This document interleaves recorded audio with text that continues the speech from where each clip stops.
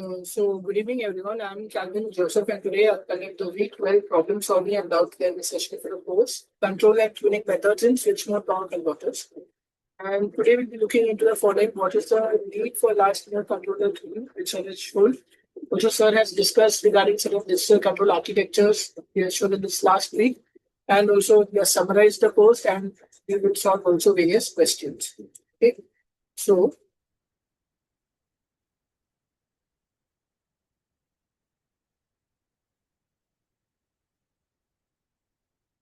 let's start. Is it clear, right? The volume, voice, everything? Yes, sir, it is clear. Okay. So we are doing week 12. So congrats, you have come to the end of the course and you have stayed till then. Okay.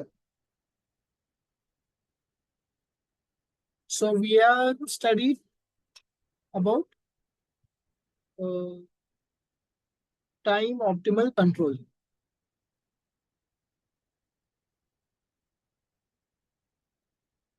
Time optimal control, there were two case studies which sir considered. One is the load transient response.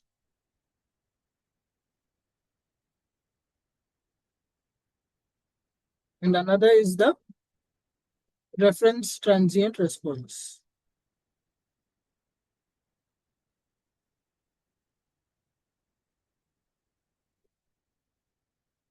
So as we remember in the phase plane, this is your IL, this is your V output, right? This is your operating point. Go like this, come like this. So this is your on-state trajectory, this is your off-state trajectory. And then when you want to do a load step, means what do you want? This is your V reference. This is your V reference point. So how your current will go? Your current will go like this to some peak. And then it will fall like this to your next point. And then again you will have like this, like this. Okay. So this is the technique which is there. And this point is your I1, V1. So now, this which I have drawn is a particular case for the boost converter. Okay. So if you know, in a boost converter,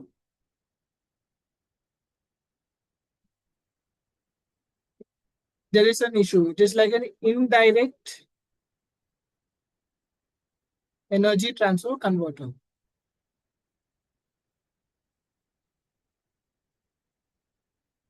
In which, let me draw the circuit again. This is a boost converter. Your inductor, Q bar, C, and your load resistance R. Right? This is your V0. This is your IL. Right? We are just considering a simplified model. We are ignoring our inductor DCR, switch on resistance. All these we are ignoring. Okay. They are negligible when we are considering in case of time optimal control. So what, if you will observe, when Q is 1, that is this case. When Q is 1, what happens? This is your inductor. This is your input. It is connected like this. This is your C. This is your load resistance, R load. So can you tell me how will your IL, suppose this was my IL. This was my IL at the time when I close the switch. How will my IL change? Will it increase or will it fall? It will increase. It will increase. Okay, my IL is increasing.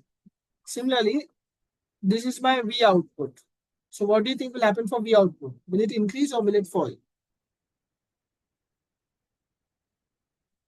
It will fall. It will decrease. Correct. So we both of you are told correct. So V output will fall. So your V output is falling. Okay. In the case of normal operation, that is, when we are having a normal operation, what will happen is it will fall. It is on for some small amount of time and it is off for small amount of time. So how much it will fall? This is very less. It is very less. But in the case of your time optimal control, what you want is you want your current to rise to the maximum and then reach the next operating point.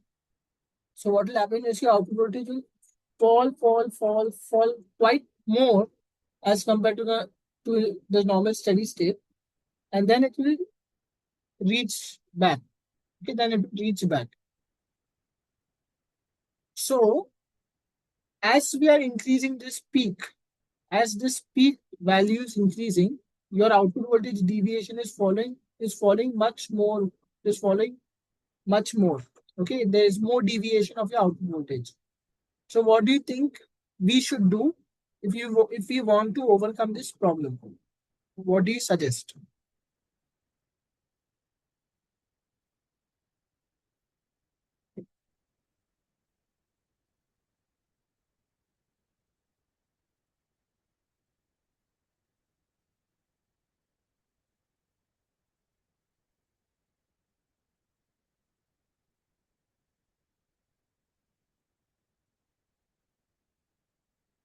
Okay, as Joshi is saying, we can reduce your on time. Okay, so let me just tell this concept a little more again. So you have your inductor current. This is how your inductor current will look like. Okay, in normal steady state operation. Then you want it to suddenly ramp up, then come back to its next operating point. Hmm. So your output voltage is falling, rising, falling, rising, falling, rising, falling, rising, something like this. Now it is falling so much and then it is rising to this point. Okay, falling, rising, like this it is going on. So firstly, what I told, in your normal operation, your time period t is small. This ripple also is small. So how much it is falling is less. But if you want to have this time optimal control or this large, it should happen in only one switching action. That is, it is turned on once and turned off once, and it has reached the next operating point immediately. Okay. If this is what is desired, if this is what you have to achieve, then you will notice that there is a large deviation. Large delta V is there. So now this deviation is quite a lot. It may not be desired. Also, if you notice, this current is rising very high. It is going very high.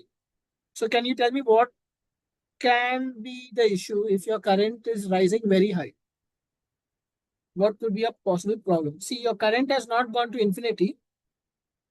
It's not like a short circuit case, but your current has gone quite high and then got to your next operating point. What could be the challenge or what could be the drawback of this? Or if it is going to be an advantage, also that you can tell me.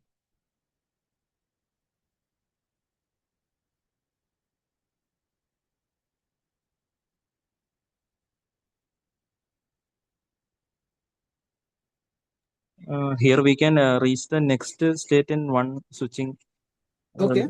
cycle. That is the Okay. advantage. Yes. Then.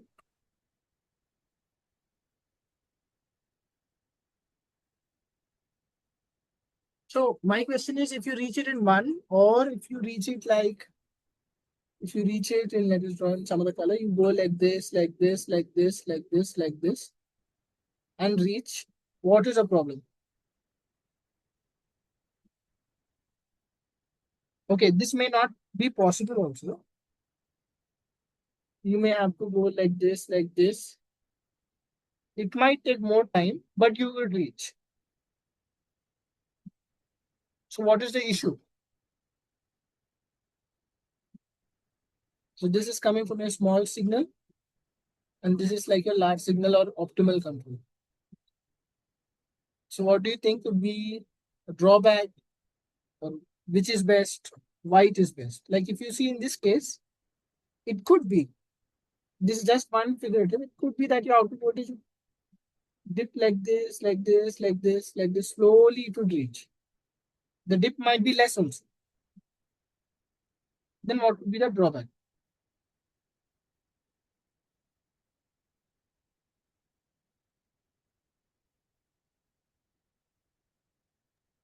In sensitive applications like the processor, Mhm. this voltage cannot decrease beyond a certain level. So, Okay. so it is better to reach the steady state quickly. Yeah, but even in the blue case, that is the small signal case as well, your voltage dip is smaller. Your voltage dip is smaller. See, this is just one example. It may not always be the case, but we are trying to brainstorm. So I'm asking,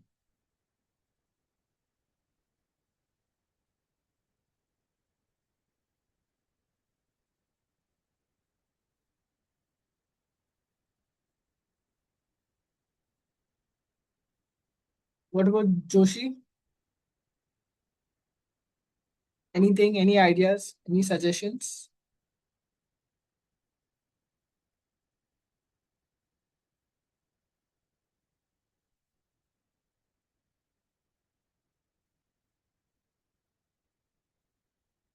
So, which of these things do you think will have more switching loss?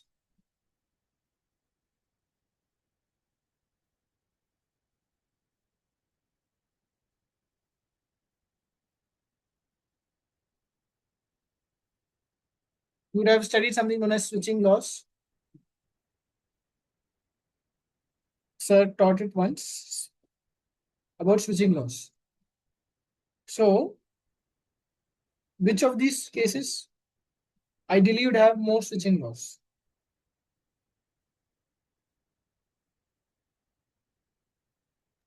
Blue one. Okay.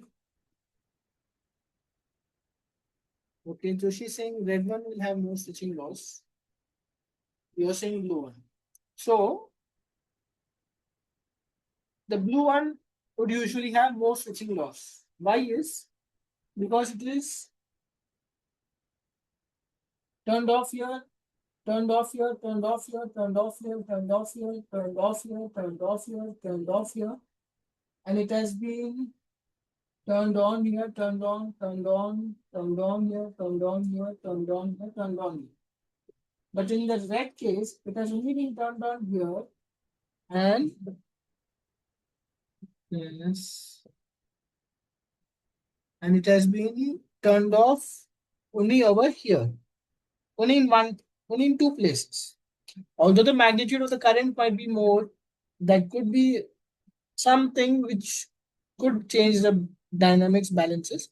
But in most cases, there's only one switching action. And if you use a small signal based thing, it would not usually settle in so much time. It would take more time. It would probably go like slowly. It will go much, much slower. Much, much slower. Usually. Okay. So let us assume it is like this. Then switching loss would be less for your large signal case. And so your energy loss, that is what why it is this is very useful is if you it is you have a load transient here, then you have another, then another, then another. It is repeated multiple times. And then if you have lots of switching like this to reach, again you have lots of switching to reach, and it takes a lot of time. It is not permissible, right? So that's why you use this large signal where in one switching action or close to almost one little more than one switching action, you reach your next operating point. But the challenge is there's a large peak. You have a large peak. So when you have a large peak current, what you would need is your switches, your inductor would have to be rated for a larger number of current that they should withstand this amount of peak current at least. That should be there. As well as your voltage dip is becoming more and more. Suppose your current went to this value, then your voltage dip would fall even much more, right? So that could be a challenge. So what is done is they set a peak limit. That is, if your current comes till here, it will fall again, rise again, fall again, rise again, and fall and come back. So it would not happen in one switching event. It would take a little more than one switching event, but your deviation, that is your this deviation would be less, would be lesser. So they set what is known as a peak limit or peak current limit. Okay.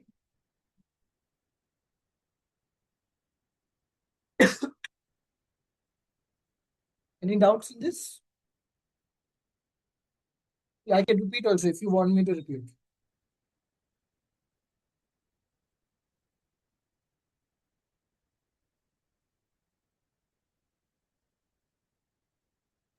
It is clear, sir. Okay. Yeah. Yeah. So now this is the difference between small signal and large signal. But if you want to achieve this large signal control,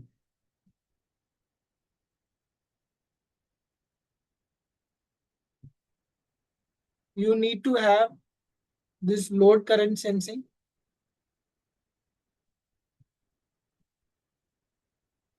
You need to have inductor current sensing.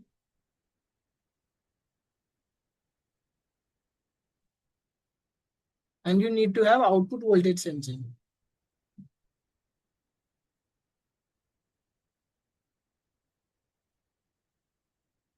Like all these sensors you need.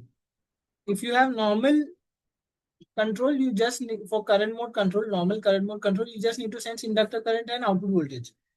But in the case of this time optimal control, you also have to sense load current. Either you have to sense load current or you have to estimate load current. Okay. So there are certain restrictions. And in both case, in your small signal based design,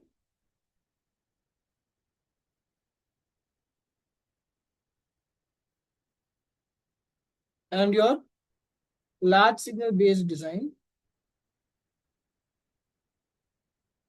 both are dependent on your parameters, right? That is, both are dependent on your inductance, in your output capacitance, in your load resistance, right? Both are dependent on that. So this is like you need a model, and for the model, you need to have some value of your parameters. Like your inductance, output capacitance may not vary much, but it may not be the same value throughout, right? Your load resistance also might change due to heating effect. Your output capacitance also may change when the voltage changes. Your inductance also will change as your current changes. So all these things are there. So what people preferably do is that they do, these Monte Carlo simulations, right? Have you heard of Monte Carlo simulation?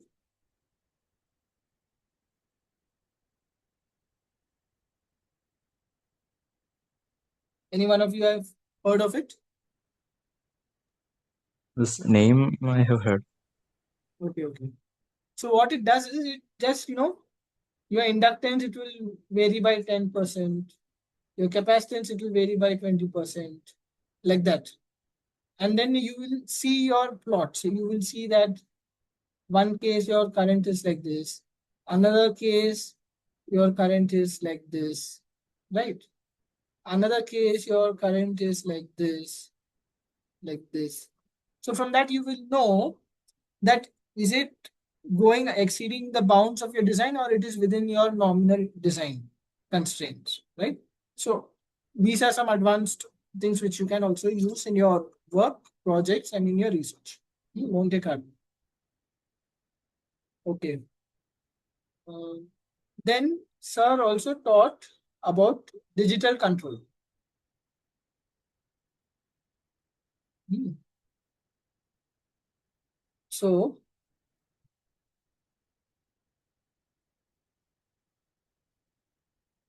So can you tell any platforms which you use for digital control,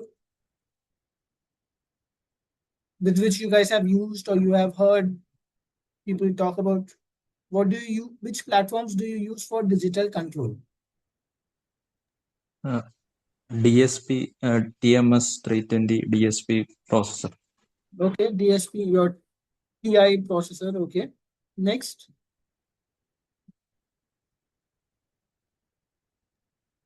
FPGA. Okay, FPGA also we have.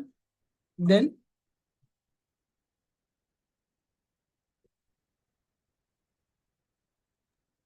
And microcontrollers like STM32. yes, microcontroller like STM32. Good, good. Okay, so there are various digital control implementation platforms are there, right? So I remember at the start when I got introduced to these kind of works, like I was very happy, doing simulations in MATLAB. But when it is the real world, you cannot just have the simulations in MATLAB. Like MATLAB is a little bit idealistic, right? You have your SR flip flop, you have your output voltage directly, you have a sensor, signal you will get. Inductor current, you just get the signal, everything. But in the practical life, what do you have? You have sensors, and then to implement your logic, to implement your PID controller, etc., you need to use code, digital code, which will implement it. So I'll just show a basic example. I think Teja also has taught quite a bit last class, but I'll just show a basic example is we have for voltage mode control, a simple example. We have a reference, you compare it with some feedback voltage, that you get an error, that you give your controller, that goes to your, uh, that generates a Vcon, which goes to your modulator, which is FM, that is like some sawtooth which is there. That generates your duty, which goes to your converter, and that generates your output voltage. Okay. And then you have a sensor of gain H, and that generates your feedback. Okay, that will generate your feedback. Now, one more point I'd like to add is, suppose your output voltage is, let us say, 50 volt, right? What you would need to do is, you might have to probably step it down by 1 upon, let us say step it down by 1 upon 15. That is, your gain of H is 1 upon 15. So feedback voltage will be how much? Around 1 volt. Okay. And your reference voltage has to be 1 volt. Hmm. You cannot directly take 50 volt and give it to your sense. Like 50 volt, what you have to do, you have to step it down via some resistor divider, sensors, etc., which is represented by this block H. And then that step down voltage, which is this feedback voltage, you will give it to your controller. Okay. Now, this part, that is,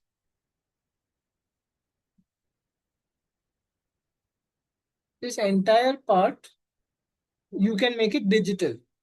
You can make it digital. Okay. To make it digital, you just have to add one thing, which is your ADC. Just need to add one thing, that is your ADC. Your ADC will convert the voltage into a digital number, and that digital number you will use for getting the error, controller, feedback, etc. Okay. So this is how your controller is implemented in digital. And uh, what do you think are the advantages of digital versus analog? or what are your thoughts about it?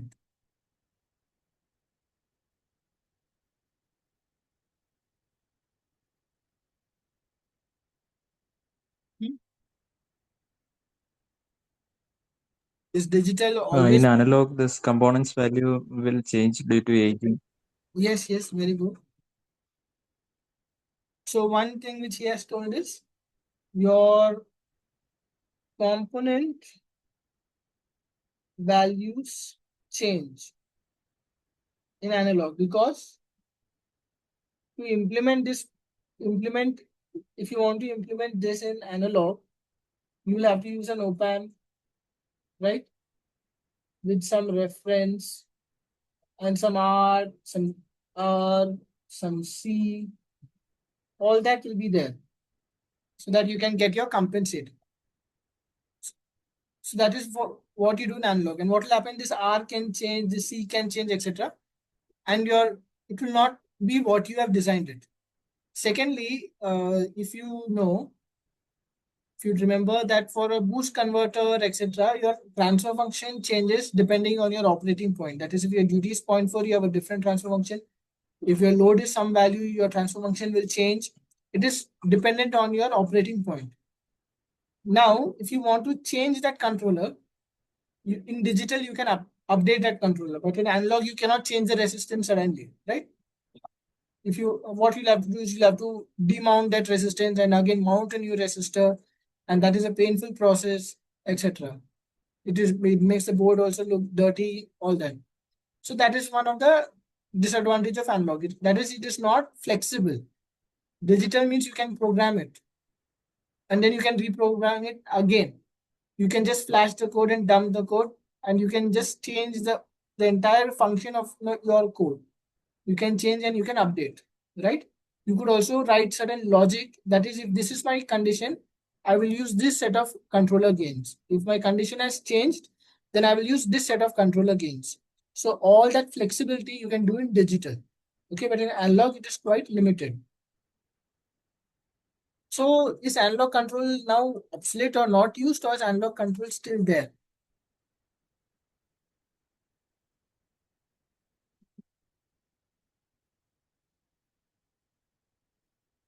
That is like I'm saying digital control has so many advantages. So does it mean analog control is rejected completely? It is no more present, or it is still can be used and also will be used? What do you think?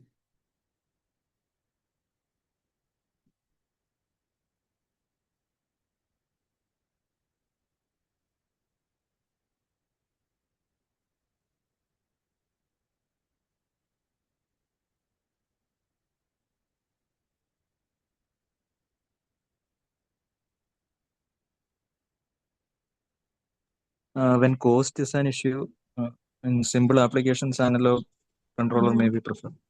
Okay, that's one thing. So as you're saying, when cost is an issue, simple application, that's also a good thing.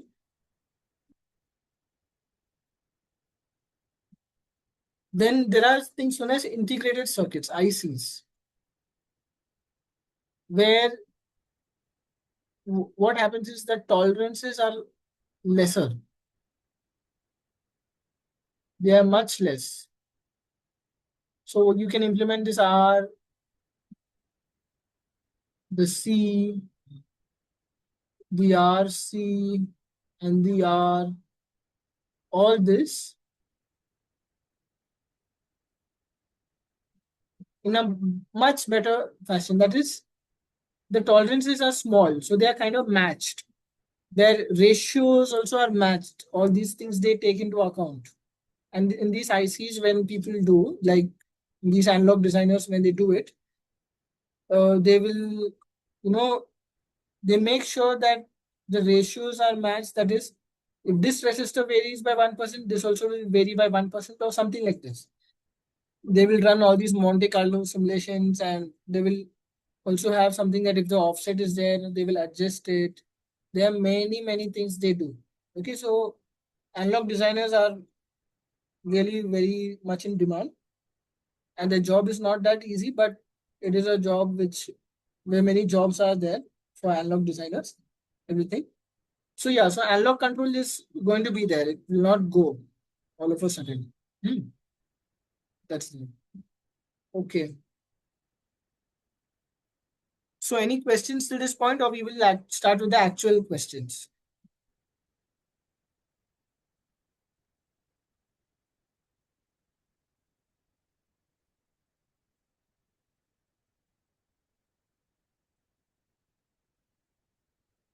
Okay, the meeting will end. I will restart the meeting. You have to join in the same link. Hmm. Okay, so we'll start with the actual questions. So,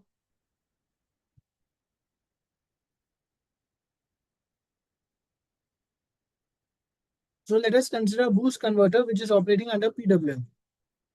Input voltage is 12 volt, output voltage is 30 volt, load resistance is 30 ohm, inductance is 3.3 microhenry, output capacitance 50 microfarad, switching frequency 200 kilohertz. So what will be the duty ratio? What is the control to output transfer function? And we have to design a PID controller. Okay, so let us start. Let's write question 1, boost converter, where we are doing voltage mode control. Input voltage is 12 volt, output voltage is 30 volt.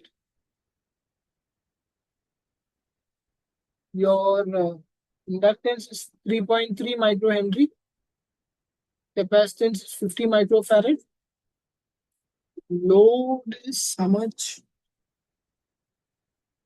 30 ohm, and your switching frequency is 200 kilohertz. Okay, so now tell me what is the duty ratio? How much is the duty?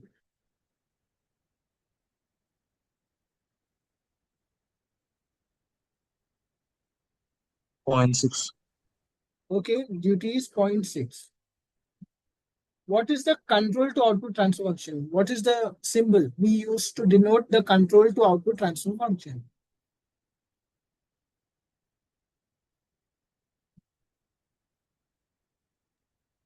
GVD of S. Okay, so we have the control to output transfer function, which is actually your GVD of S, which is your change in your output voltage whenever there's a change in your duty. Okay. So what is this transfer function GVD of S for a boost converter? How is it given?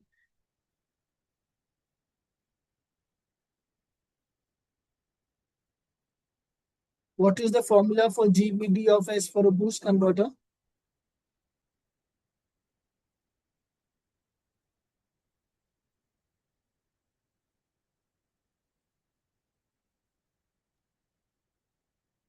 There is some DC gain, KDC. There's some KDC there. Okay, good. Then 1 minus S by omega ESR, omega RHP, sorry. 1 minus S upon omega RHP, good. Then second order polynomial on the denominator, 1 plus 1 plus S by Q S omega. by plus S square by omega 0 square. Yes. Okay, this is the transfer function for any second order transfer function with the RHP 0. Now we have to, I'd recommend you remember what is it for a boost converter. So your KDC is actually Vn upon 1 minus D square. Your omega RHP is equal to R into 1 minus D square upon L. Your omega naught is equal to 1 minus D by square root of LC. And actually your 1 upon Q omega naught, that also is equal to R into 1 minus D square by L. Hmm.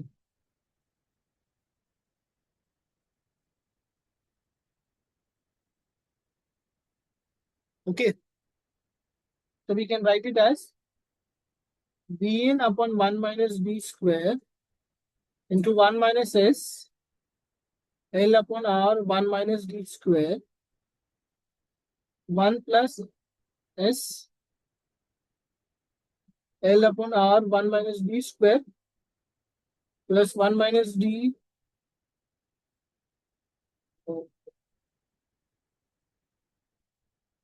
plus s square LC upon 1 minus d square. This is how you can represent this transfer function, right? This transfer function. Any doubts in this?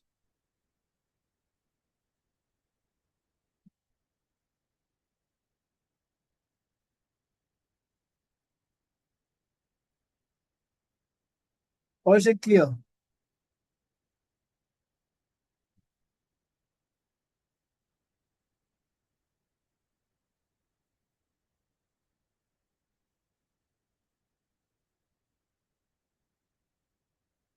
We'll have to by heart this at least. There are certain things which are important. So what I'd recommend is you have some book where or some page where you write the very important formulas. Like you have seen the assignment questions. You have seen that certain sums are repeated, certain topics are important. So those topics which are important, those things which have dedicated transfer functions are important for you to remember. Now, I'd not tell you to remember the transfer functions when there's a ESR, when there's a DCR. Those things I don't want you to remember because you can't and you don't need to. You remember the ideal case, you solve the sum considering the ideal case, unless it is explicitly told that you have to consider non-idealities, etc. Then you have to specifically consider them, right? Otherwise, usually you just assume the ideal case and solve. Hmm. So this is for a boost. For a buck, how is it? For a buck, how is it? GVD of S for a buck is simple V in upon 1 plus SL upon R plus S square LC. Okay? Where, so this also is like some KDC into 1 plus S upon Q omega naught plus S square upon omega naught square. So for a buck, your KDC is what? It is equal to V in. Your omega naught is equal to 1 upon root LC. And your 1 upon Q omega naught, that is equal to L upon R. So your Q is equal to, first of all, so we'll write your 1 upon Q is equal to omega naught L by R. So Q is equal to R upon omega naught L. So that is equal to your R into 1 upon root LC into L. So it is R to C by L. So this is your Q.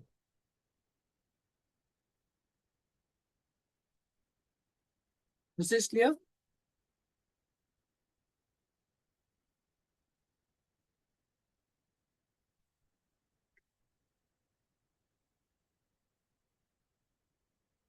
So how I'd suggest you remember is that omega naught is equal to 1 upon root LC. This is something which makes sense. Like you have done resonance, many other things you have done. You know omega naught is 1 upon root LC. This you know.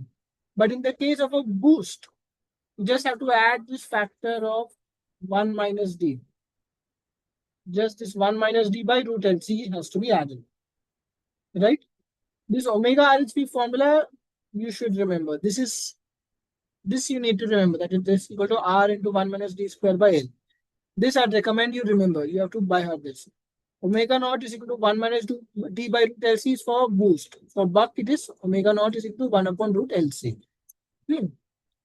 And fortunately, your 1 upon Q omega naught is equal to omega RHP. They are similar. They are same. So that makes it easy for you. Okay, that makes it easy for you. So we have understood So at least like I have tried to convey that your omega naught, it is easy to remember, it is 1 upon root LC for a buck. And for a boost, you just have to add is 1 minus D by root LC. Your omega RHP is important that you remember it. That is equal to R into 1 minus D square by L. And fortunately, 1 upon Q omega naught also is equal to this, R into 1 minus D square by L.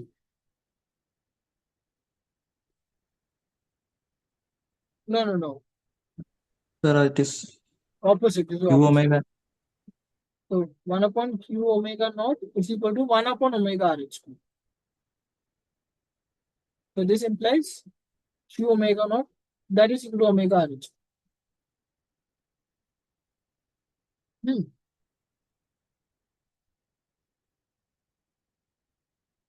Is it fine?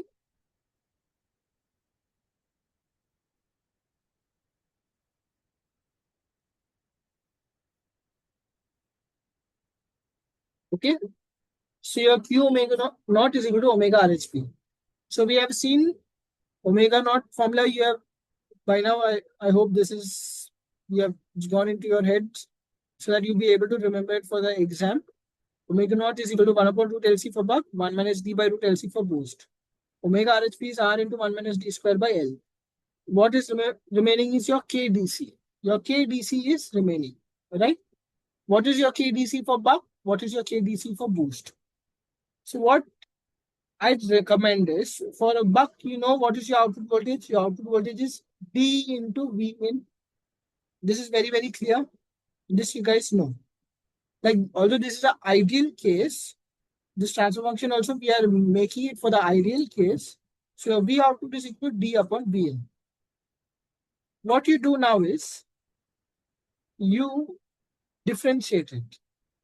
So if you do dV naught by D of your duty, or let us, you're doing dV naught by D of your duty, what do you get? You get your V in, right? And that is your DC gain. That is your DC gain. That is for a change in your duty. What is the effect on a change in your output? That is scaled by your input voltage. That is scaled by your input voltage. So this is your KDC for your buck. Okay, this is your KDC for your buck. Now for your boost.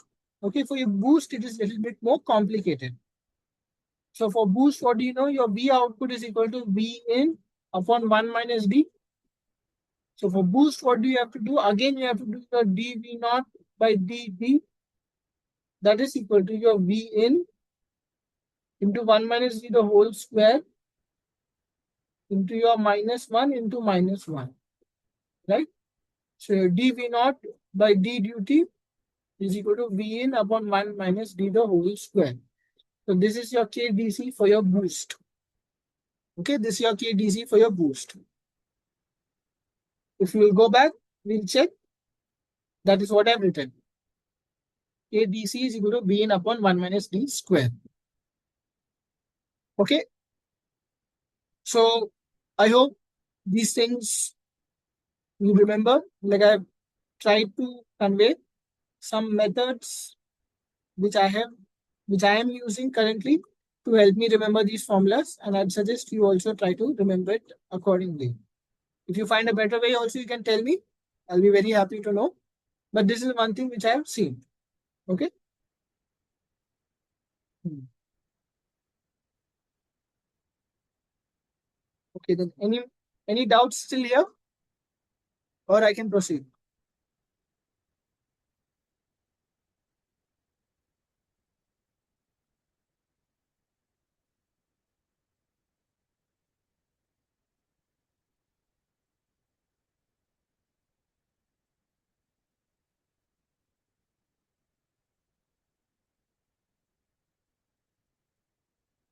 Okay. Sir, is it necessary to memorize the equations for using that parasitics, considering parasitics also? No, no, no. Don't memorize it. Don't memorize. It's not necessary. Considering parasitics and all, it is very, you don't need to memorize it. Hmm. Like the way I look at it is, you cannot remember everything. You remember some things. if a question comes with the parasitics saying that the parasitics are this much also, you try to get the answer considering the ideal case. And what will happen when you add parasitics? The values would slightly change, slightly. Now, if the parasitic values are less, which is usually the case, your answer will not deviate much. Hmm. So that is what I recommend.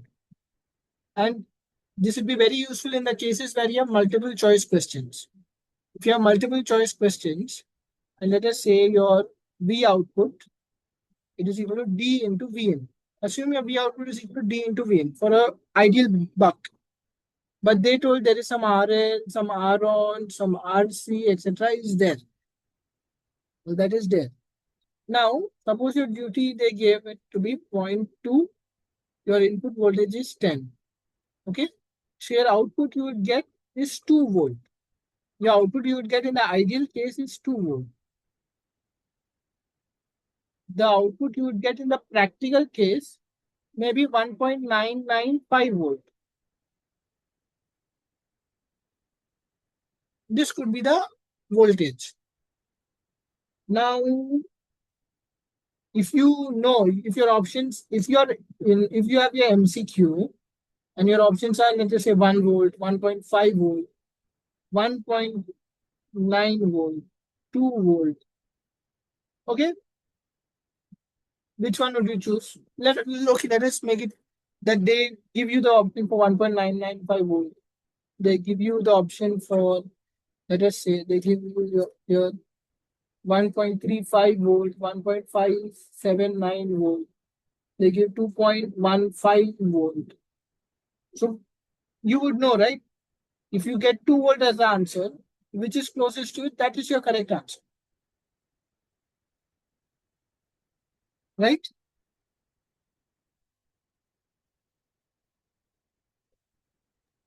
Okay, sir. That is one way. Okay. So we had decided your GBD of S, as Arun had told, it is KDC into 1 minus S upon omega RHP upon 1 plus S upon Q omega naught plus S square upon omega naught square. So for this kind of transfer function, what controller do we need? Which type of controller is required for such a plant?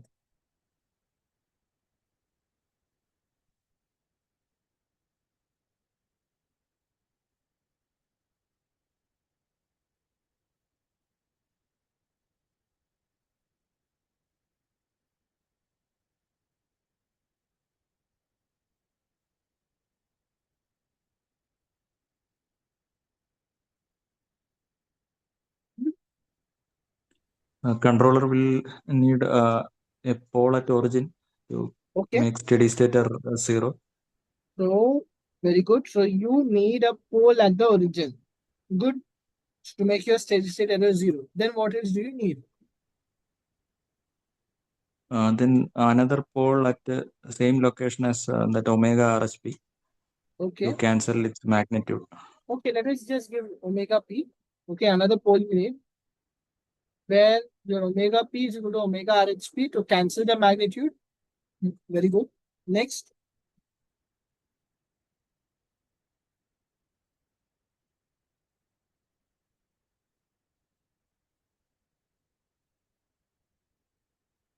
Then one more pole to control the phase margin.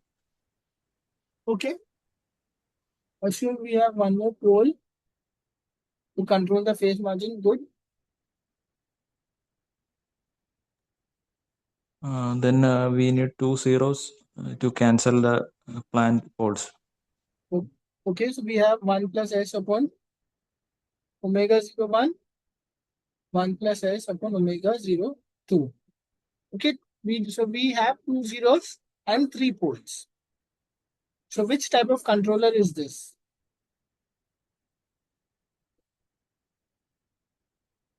Which type of controller Type is 3. this?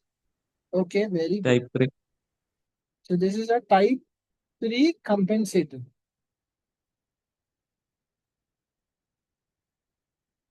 Okay. So you could use a type 3 compensator as you told. It will give you separate control over your bandwidth and phase margin. Better, more flexibility you will have. But for the question which I have framed, I have suggested we have to use what is known as a PID controller. Right? PID controller. So if I have to use a PID controller, what will change?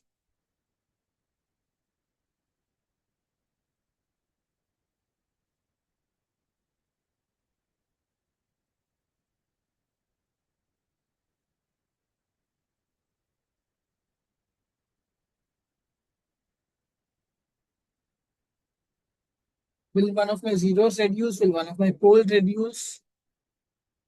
Or both my poles will reduce or both my zeros will go? What is a PID controller? One pole will be absent. Okay, so one pole will be absent. So your PID controller is what? Kp plus Ki by S plus Kd into S upon 1 plus tau S.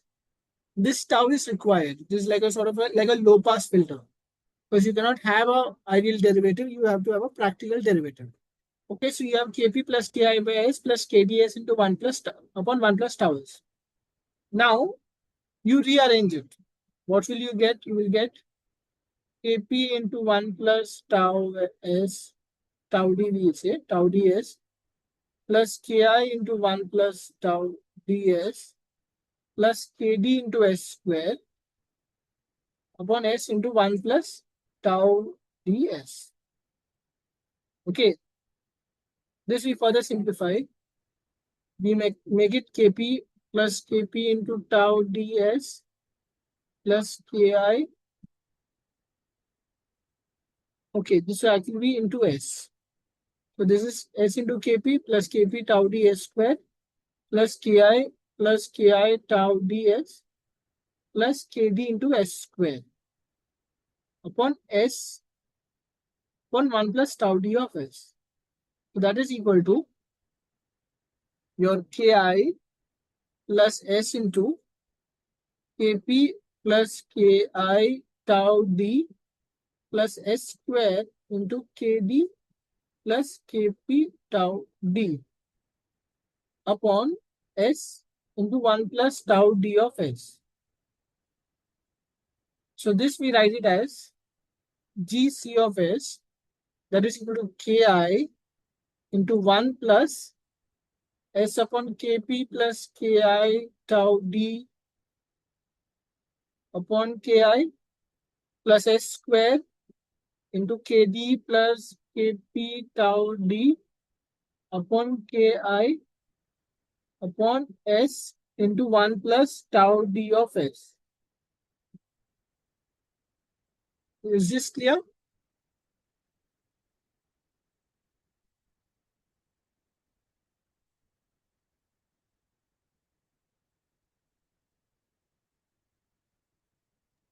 Yes, sir. Okay. So to simplify it, how they represent, it has been represented as Gc of S is Ki into 1 plus K1S plus K2S square upon S into 1 plus tau d of S. Okay, they just represent it like this. It makes it easier. And you assume this. Okay, if you have a easier and a better way which you get by more practice, you use that. But to be on the safe side, let us consider this. This is the way we represent our PID controller.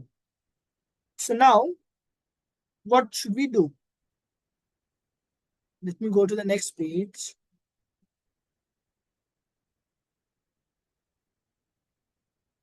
So the loop transfer function, which is a product of your controller into your plant, which is actually your G controller of S into GVD of S for voltage mode control. So what is your G con of S? That is your Ki into 1 plus K1S plus K2S square upon S into 1 plus tau D of S.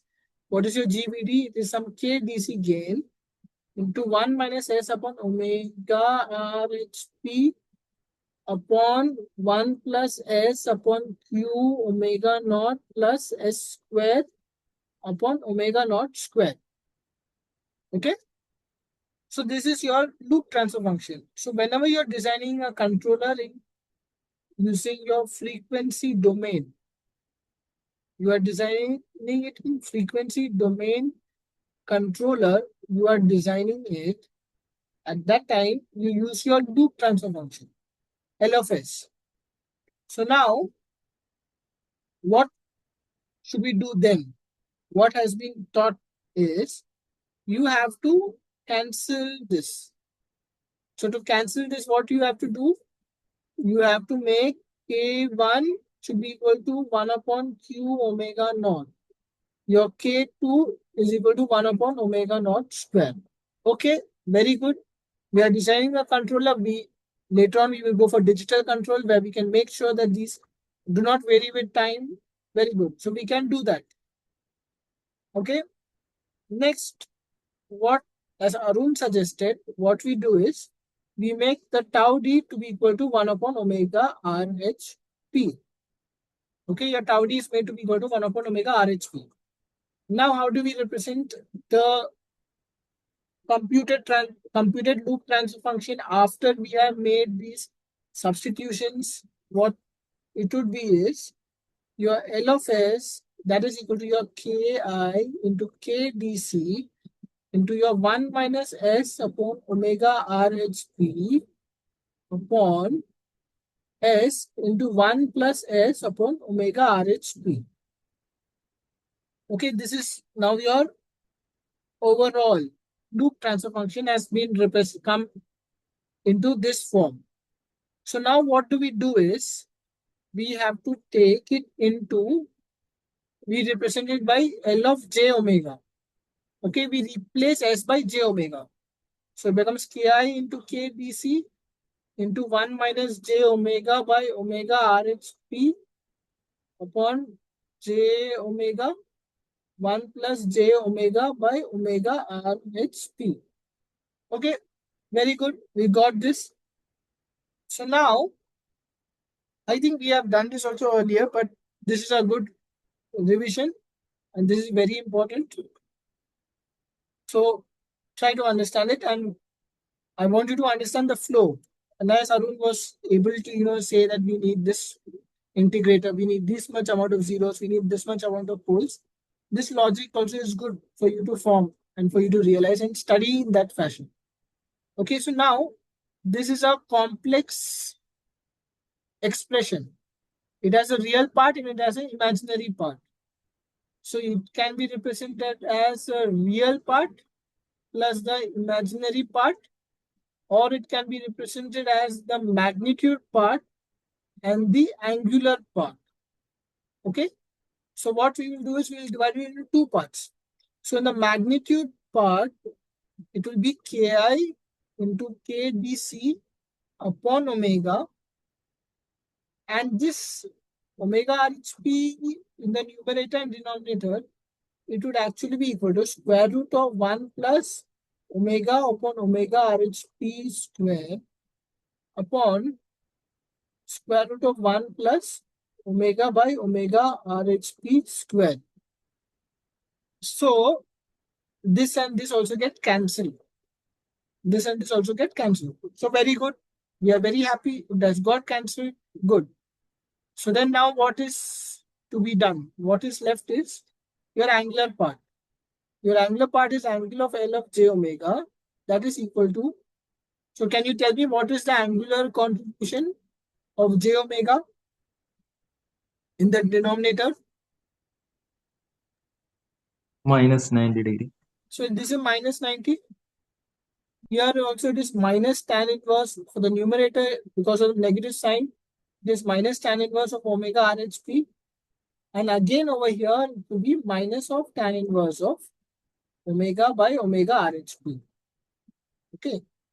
So your angle of L of j omega, it is equal to minus 90 minus 2 tan inverse of omega upon omega RHP. Okay, good. So now what should we do?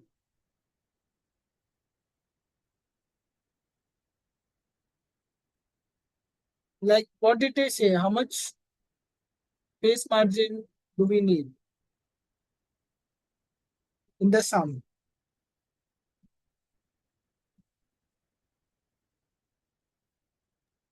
45 degree. 45 degree.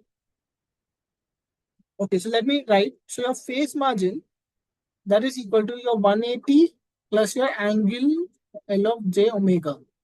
So that is equal to your 180 minus 90 minus 2 tan inverse of, this will be omega crossover frequency by omega RHP. The frequency, this is like your gain crossover frequency. Okay. So that will be equal to your 90 minus 2 tan inverse of omega crossover by omega RHP. So we want phase margin to be 45. So this would be equal to 90 minus 2 tan inverse of omega cross by omega RHP. So we'll get 2 tan inverse of omega crossover by omega RHP. That is equal to 45. So what will we get omega crossover frequency to be in terms of omega RHP? Can you calculate and tell me?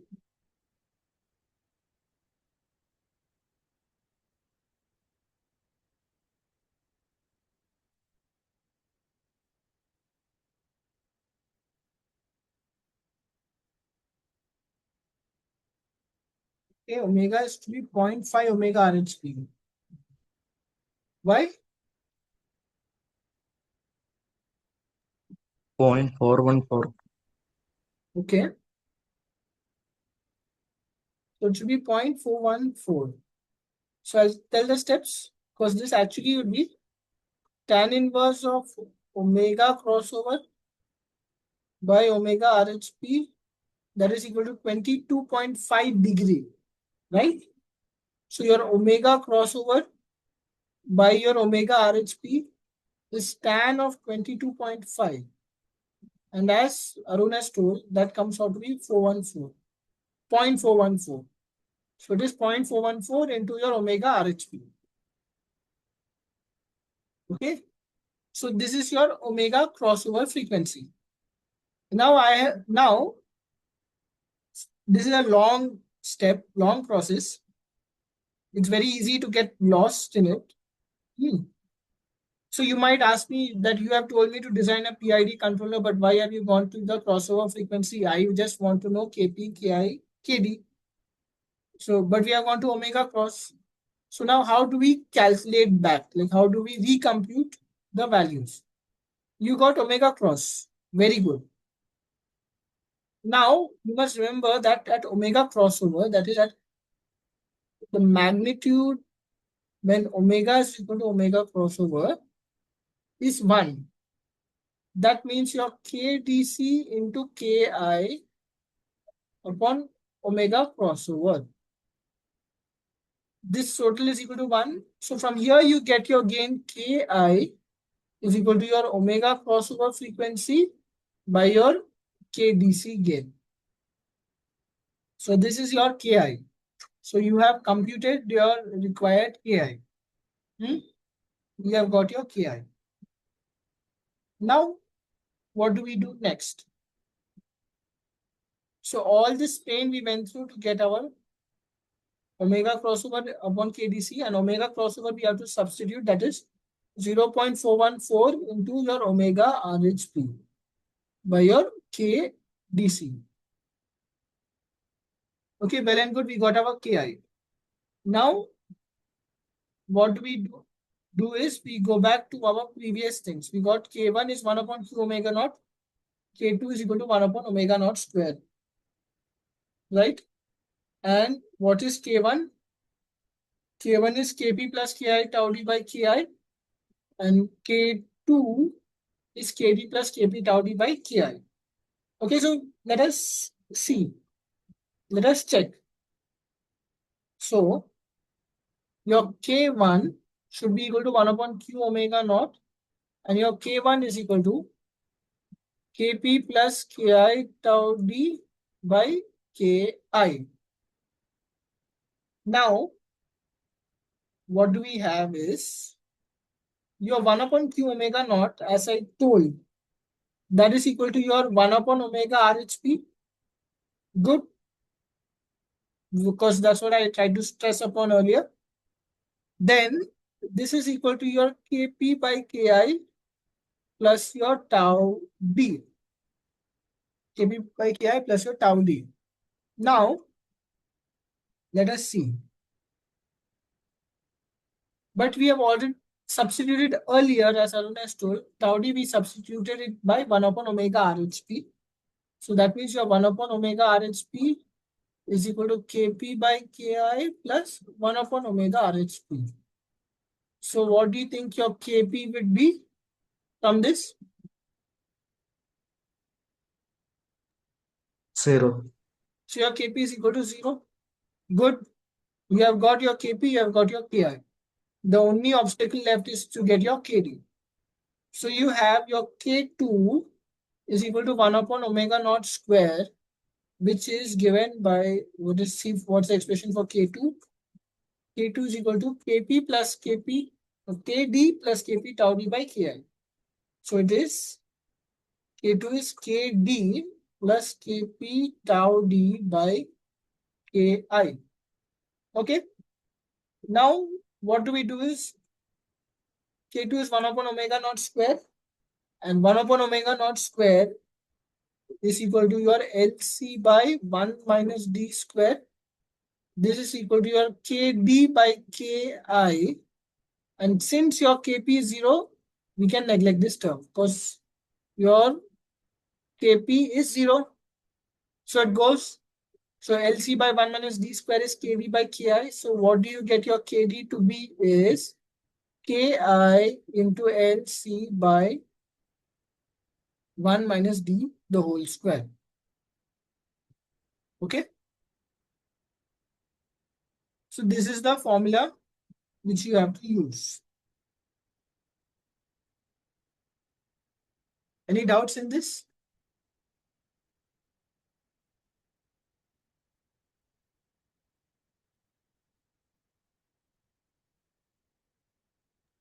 Sir, here independent of phase margin, we will always get Kp equal to 0. Is that correct?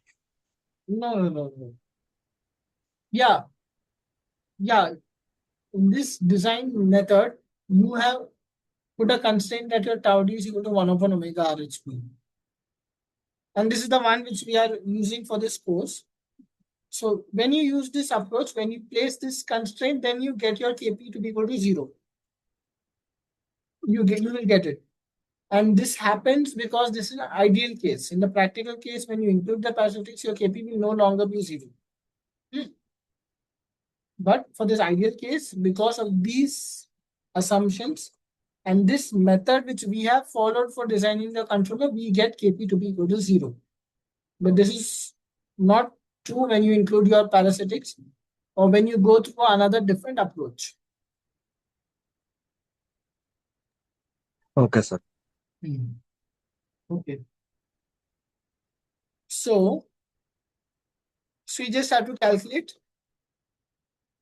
So what do we get Ki to be? We got Ki is, we had got Ki, right?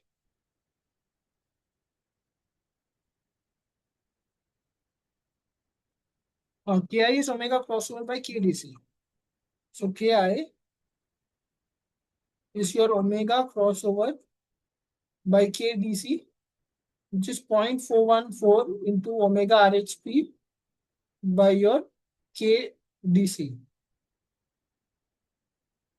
So your Ki is 0.414 into R1 minus d square by L. Your Kdc is what? Kdc is your DC gain. That is equal to your V in upon 1 minus d the whole square. So that comes out to be So you get your Ki is equal to 0.414 into R into 1 minus B raised to 4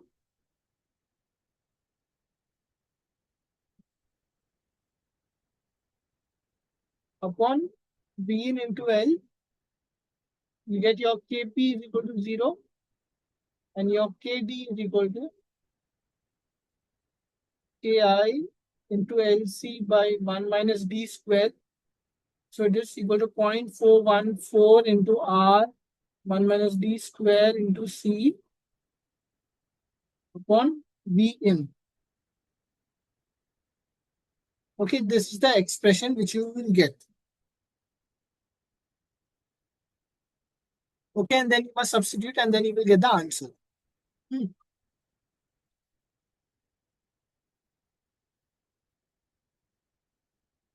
So any queries in this sum?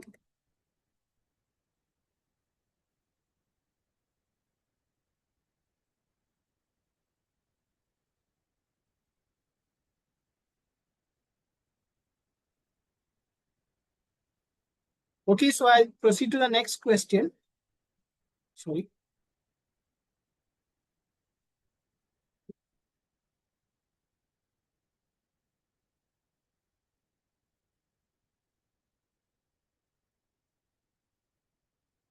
Next is identify whether the boost converter is operating in DCM, CCM, CRM, as well as what is the critical resistance. Okay, what would be the critical resistance? So let us see. Your question 2 is your mode of operation.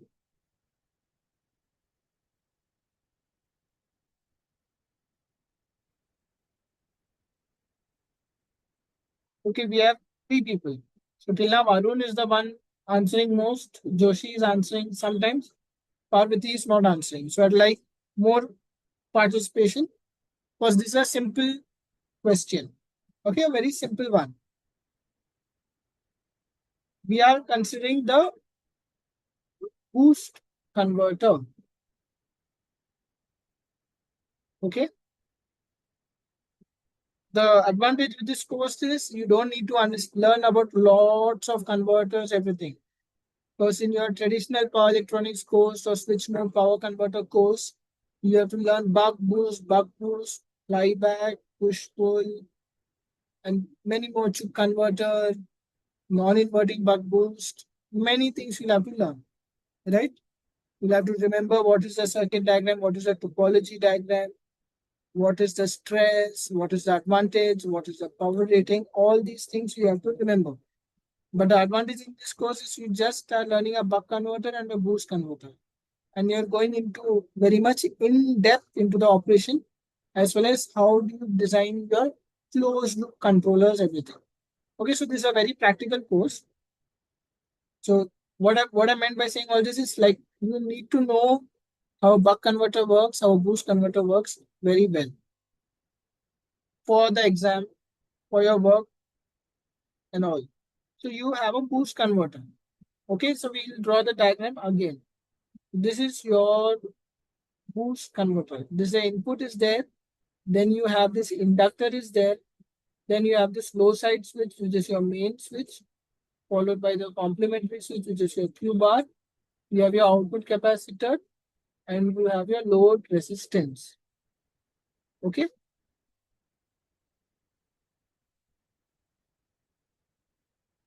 So,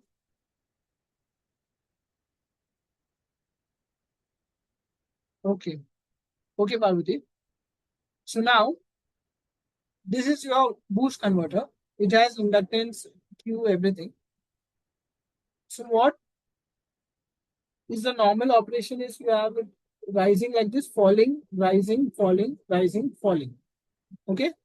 The output voltage will fall, then it will rise, fall, then it will rise, fall, then it will rise. So this is your inductor current, this is your output voltage waveform. So your what do you think would be your load current? What is your load current?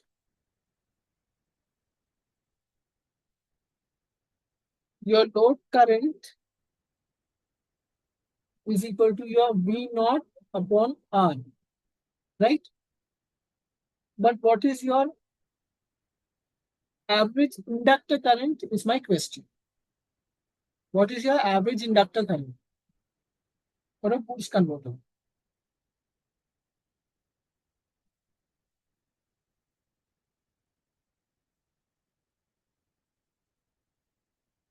In CCM, it is I0 by 1 minus D.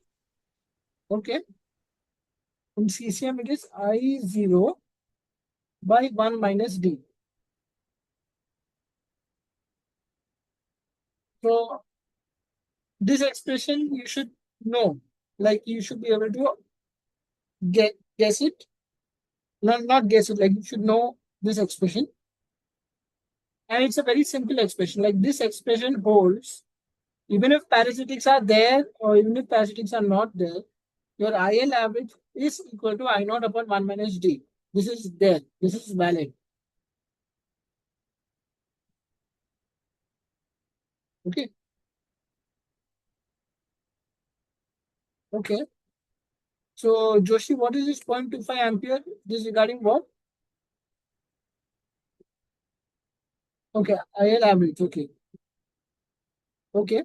Now, what is the equation for your current ripple, delta IL? What is the expression?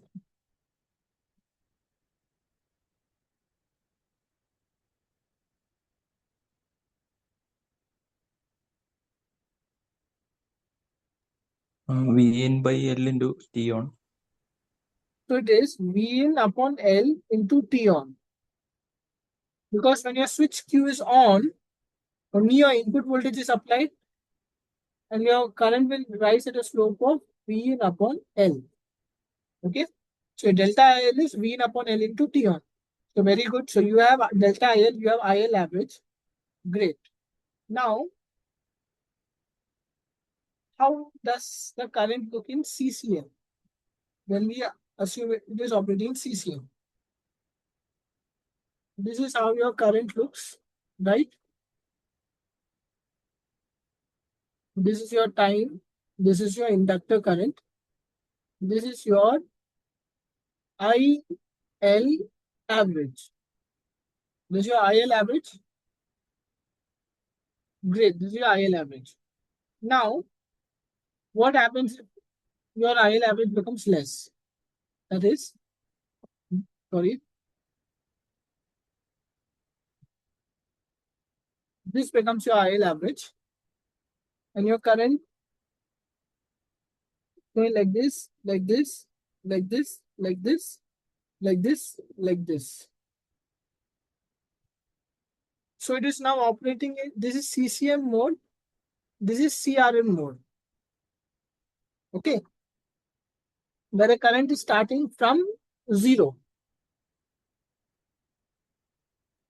So we what do we try to do is we try to find a boundary condition. That is your critical resistance.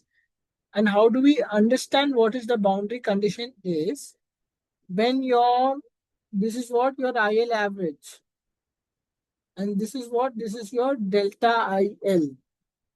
When your IL average is equal to your delta IL by 2, that is the scenario when you will have CRM operation. When your average current is half of your current ripple, that is when you have CRM operation. I hope this is clear. I hope you all are convinced with this. That your IL average should be equal to your delta IL by 2. In this operating point, you will have CRM operation. Okay. So what do we know? Your IL average is what? It is equal to I naught upon 1 minus D. Your delta IL is what? It is V in upon L into D into T. So now, what is your I output given as? Your I output is actually your V out upon R into 1 minus D. It is equal to V in upon L into D into T. So we are in, and at that time, your resistance is equal to your critical resistance in that scenario. So what do we do? we try to find RC. So this V output upon 1 minus D is equal to V in into D into T upon L into RC. So your RC is what? RC is what? V output into L upon 1 minus D into T into V in. What I am doing is I will write V output as V in upon 1 minus D into this 1 minus D into this D into this L into your switching frequency, because switching frequency is 1 upon T into your V in. So your V in get cancelled. So your critical resistance is L into FSW by 1 minus D square into D. Okay. This is your critical resistance. Any queries in this?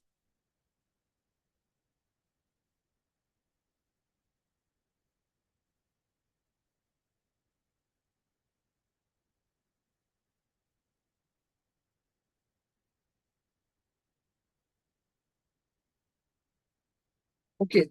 Assume we got this critical resistance. How do we know that this formula which we got is correct? One is we have done the maths, everything we have got it. Is there any other way by, let us say, by dimensionality, whether we can check our formula is correct or not? Does anyone have any idea or any suggestions whether to the concept of dimensions, whether we can check whether our formula is correct?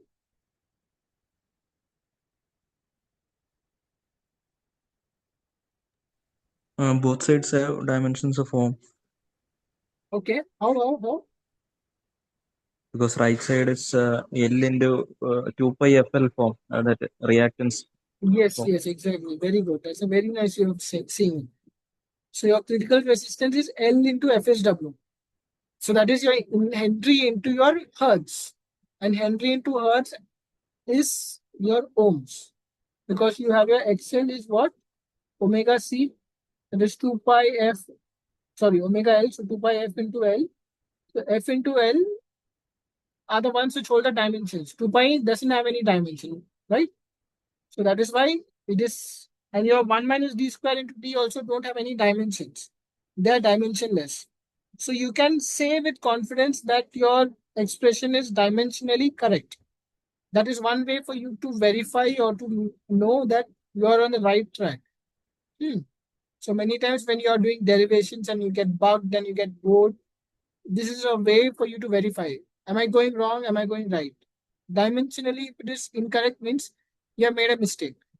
That is one way to look at it. Okay. So I'm just trying to give you certain hints for you to solve and for you to understand. So this is the critical value of resistance. So what I want you to answer is if your RC, if your resistance is greater than RC, will it be in CCM or DCM? That's my question. If your R is greater than RC, will it be in CCM or DCM? DCM, Okay. Why? because current will decrease when Yes. resistance increase. So this occurred at a resistance R1 and this occurred at a resistance R2. And this occurred at a load current of I output 1. This occurred at a load current of I output 2. Okay. So your R2 is greater than R1. So as your resistance is increasing, your current is reducing. Right? So that is why when your resistance is greater than RC, it will operate in DCM. Okay.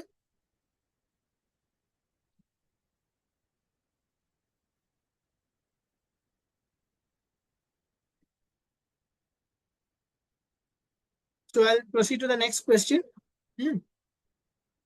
We'll see. Question 3. Boost converter averaging. Okay.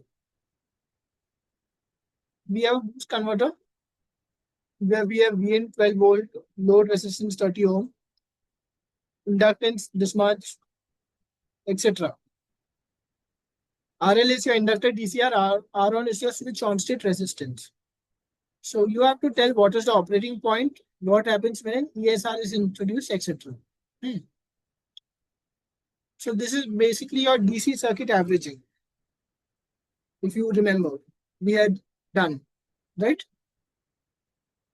So, sorry, we'll go.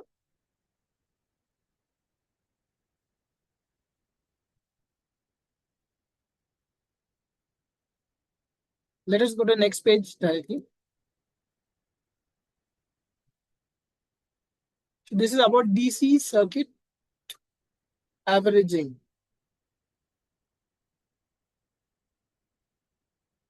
So now they have explicitly told us we don't want you to consider ideal case. We have an RL, we have some switch on resistance, and we assume the switch on resistance is same for both the switches, and you have to consider those effects in your analysis, and you have to tell us what is the operating point. That is the question. So you have V in L, RL, R on, Q bar, C, R, everything. Now, you tell me in DC, what will be L, what will be C?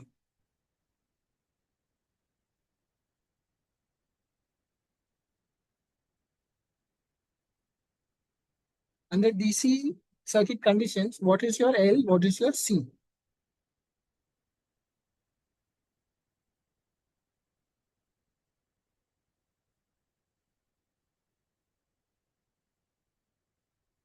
Then how does your L behave? How does your C behave for a DC circuit? Under steady state DC conditions, L will act as a short circuit and Okay. capacitor will act as open circuit. Okay, very good. So this will act like a short circuit. This will act like an open circuit. Good. So that means your DC, that is your normal operating point, is independent of your L and C values. So this is like to for you to like understand and appreciate that your DC operating point is independent of your value of L and C. Okay, so that doesn't come in your expression at all. So now you are left with some resistances, some switches, input and output R, right? So you have your input over here. You have your RL over here. Now, this on resistance R on, this one I'm saying, it is there in the circuit for a time of D into R. And this one is there for a time of 1 minus D into R. Right? This much is what it is withstanding your average current. And then you have your load resistance R. Right? This is your circuit. So what you can write it as? You write it as plus minus V in RL. And since D into R on L plus 1 minus D into R on, so it becomes equal to your R on. And this is your R. So you get your IL average, that is equal to your V in upon RL plus R on plus R. Okay. This is how you get your IL average. Then what will be your output average? So this is your V output average and this is your IL average. So what will be your V output average?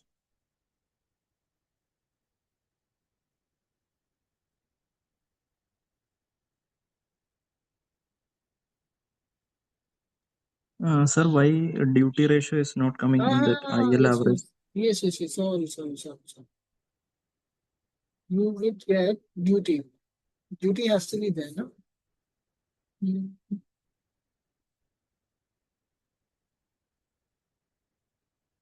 Q3 has to be there.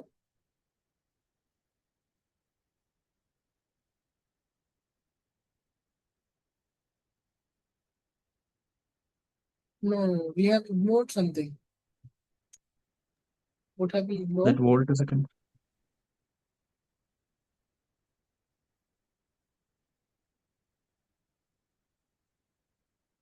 Inductor's volt second balance has to be fulfilled. Capacitor's charge balance has to be fulfilled. So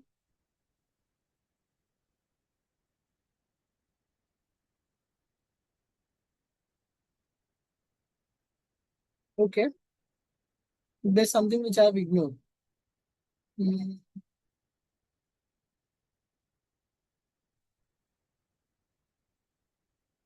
Okay, so this is based on a DC circuit averaging. Let us see through another way. Okay, this I have made a mistake. I'll have to check. Let us see through another way. So you have your voltage across the inductor. Voltage across the inductor, that is equal to your V in minus IL into RL plus R on. This when the case is Q equal to 1.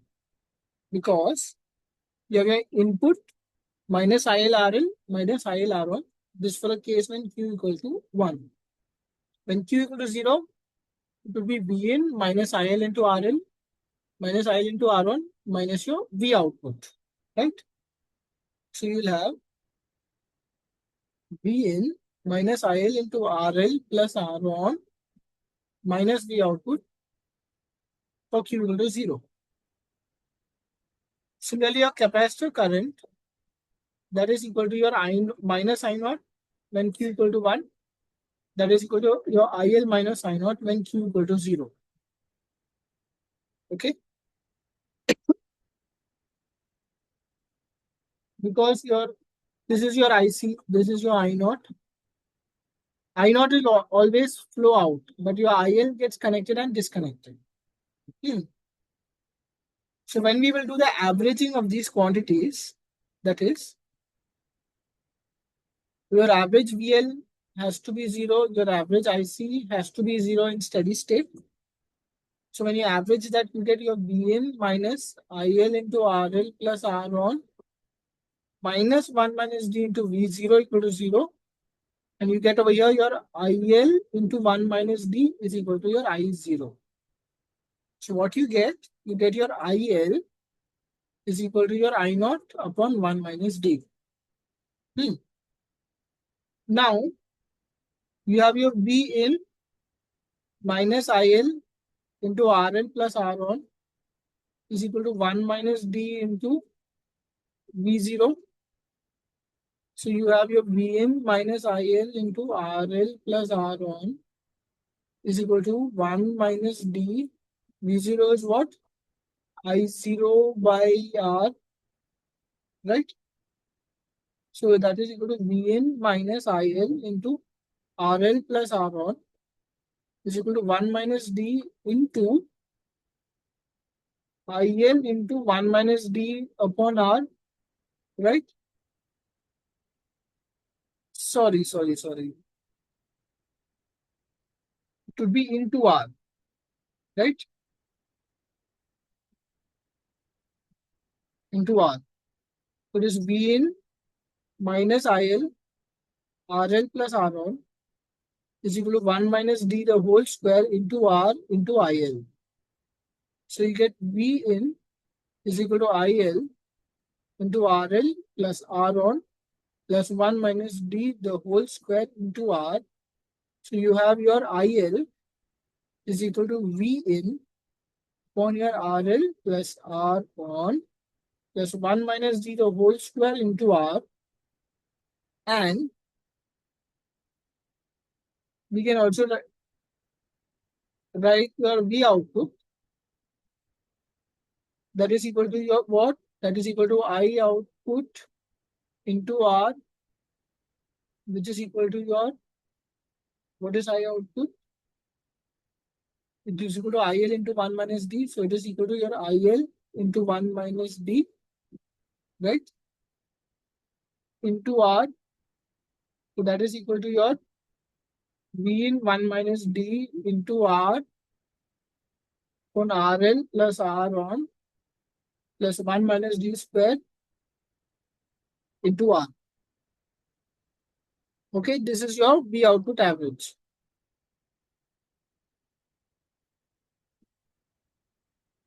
Okay. Yeah, so thank you for pointing out. Here there is some mistake. There is some error.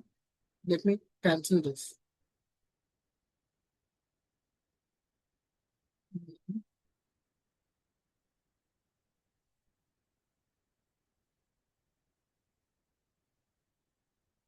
Okay. Any queries related to this?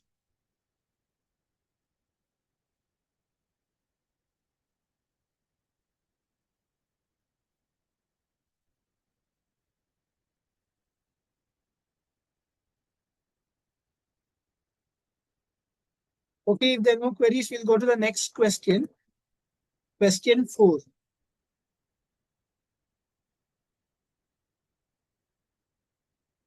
So, let me. Statements are true regarding digital control. I know you have not been taught so much regarding digital control, but I just wanted you to have exposure to it.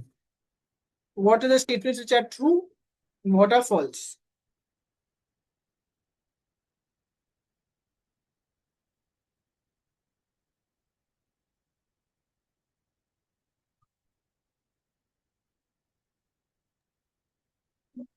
The first statement is true.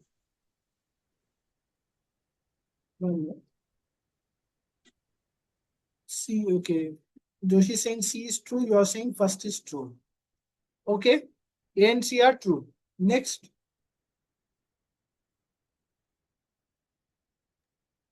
B is also true. okay.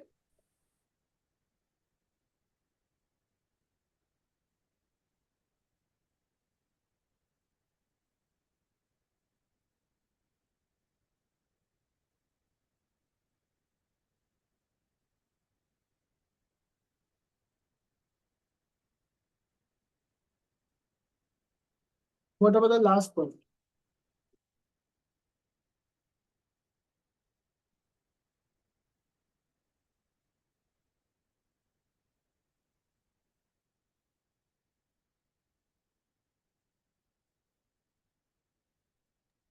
So is it a small signal modeling, that Yes, yes, SSM? yes. SSM is small signal model.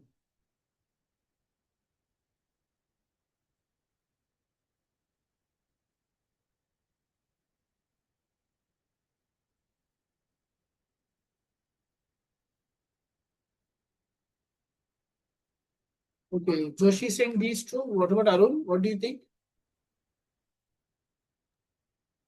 I think controller can be designed using both a small signal and but we need to transform it into digital domain, that is using set transform and those things.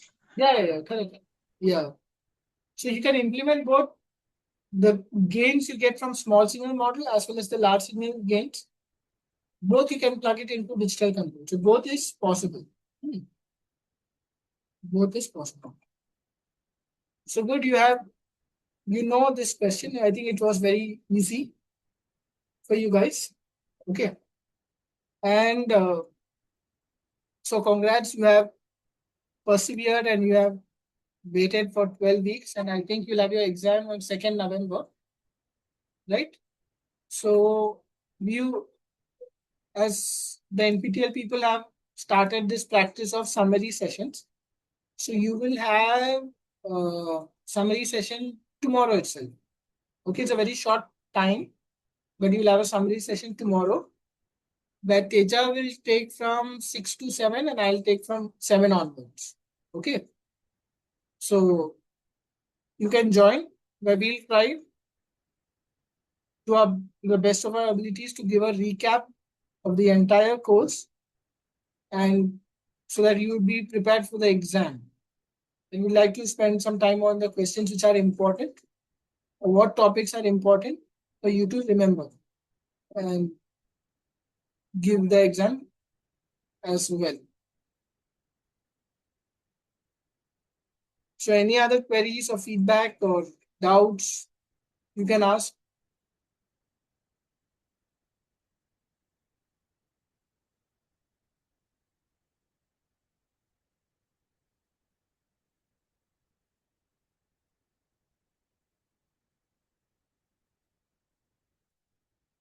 Or any suggestions also? Be very much taken.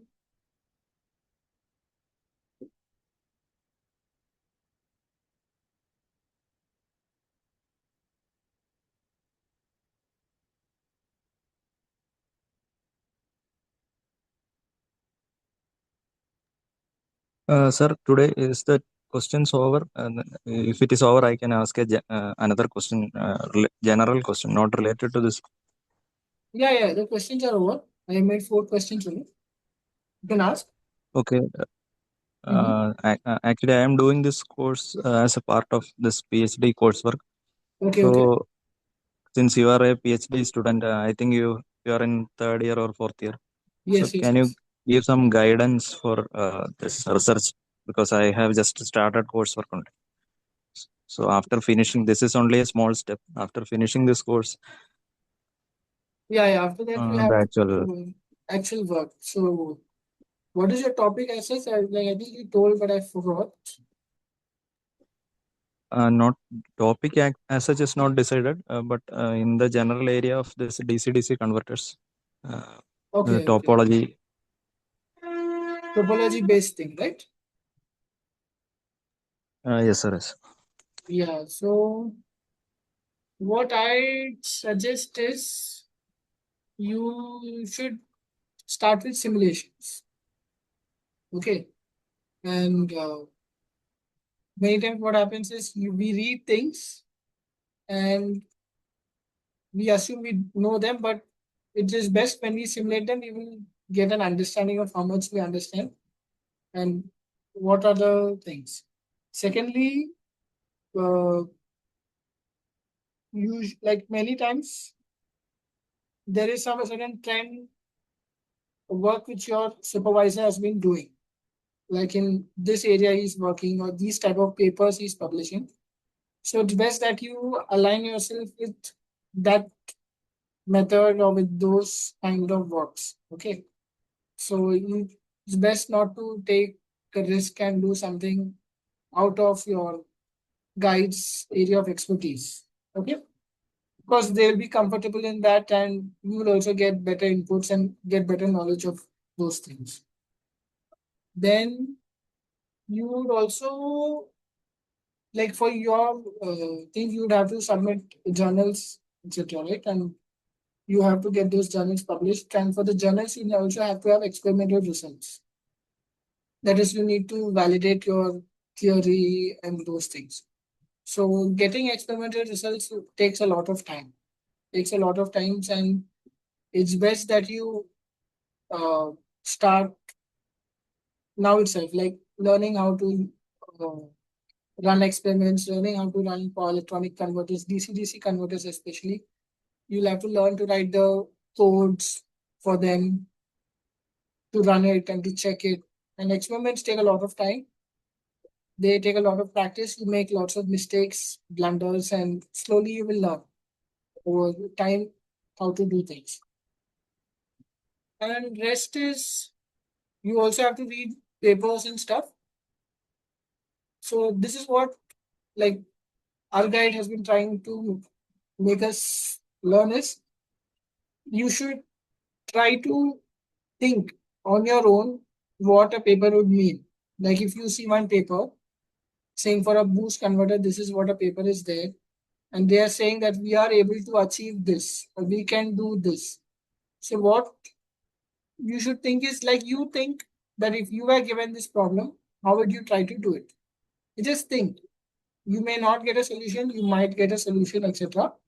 But what is important is that you have to think on your own. And as you start thinking on your own slowly, slowly, you will start getting ideas which match this or which might be a better idea, etc. But that takes time. And I recommend that you should start thinking your ideas on your own rather than just reading a paper. Okay, they have done this. then I will replicate this. That is like a little bit of, it's one way of doing it, but you don't learn to think independently in that way. And try to do what is feasible. Okay, like for these your PhD work and for your especially DC converters, etc. You have to make that experimental setup, and that experimental setup will cost you, right? So depending on how much funding is available, depending on the equipment you have. So if you have voltage source like a power supply which is only up to 100 volt or something, then you cannot assume that you run an experiment with 200 volt or to compete with someone else who's publishing for voltage of 200 volt or anything. Like, my practical setup is this much. I have these constraints, or these are the resources which I have in our lab. That is, I have this current probe, this voltage probe, this power supply, etc. Based on that, you can you decide your experiments and your experimental setup. Okay. Further, you also should talk to your seniors who are under your supervisor or other PhD seniors also who are working with you, so that while discussing with them, discussing their ideas, discussing what they are working on, you get a better understanding about work as a whole. And when you discuss with people, discuss your ideas with people, they will correct your flaws. Like, see, as today I was teaching, I made many mistakes. Like, you are able to point it out. So I also learned, you also learned simultaneously, right? So that method is very good. It's a way you can use. Okay, apart from that, there are many other things, but it's not coming to my head all of a sudden. Yeah, but I hope that this was useful for you. Yes, sir. Yes. Thank you. Thank you, sir.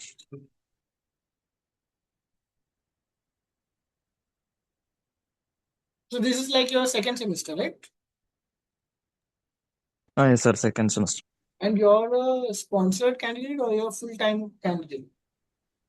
No, sir. Actually, I am doing part time. I am teaching in a college, and this Yeah, is yeah, part yeah. time. Yeah, part-time. So you'll have to go when you get leave to the college, right? And do your experiments or work. Yes, yes, sir. In between, I have to go and do this.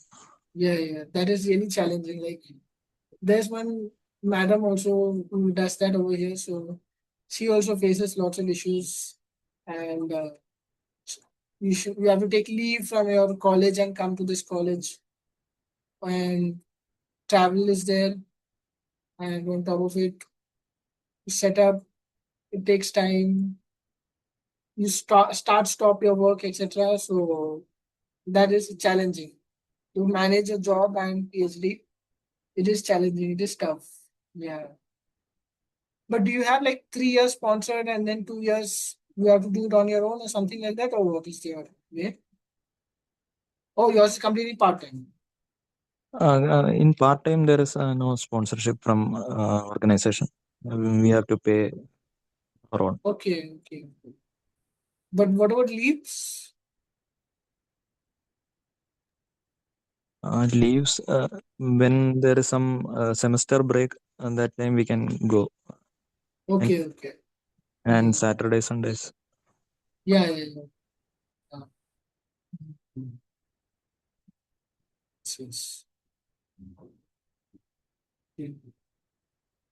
Yeah, all the best. Yeah. Do you know your people who are working under your professor or something? Have you met them? Yes, sir. Yes, I have gone in there, and in the lab, I have spent Okay, some time. Uh, okay, okay. so I know those people and that the work they are doing. Yeah, yeah, yeah. Okay, okay, good, good, good. So your work is related to any of your seniors' work, or it's independent, or okay.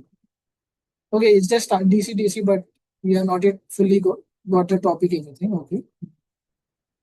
Yeah. Yes, sir. Yes. That DC, all of them are working in this area only, DC converters. So I think that power supply and that programmable load, those things are available there. Okay, good. Power supply programmable load is available, but do they use microcontroller or FPGA or what do they use? or DSP they use, right? They are using DSP, TMS 320 DSP.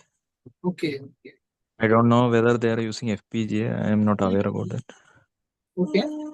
And so I had attended Intellect conference, not Intellect, Pesgray conference. It was in Trivandrum. So that time there were many participants from the Kerala colleges because it was arranged by Kerala Society, Kerala IEEE section or something.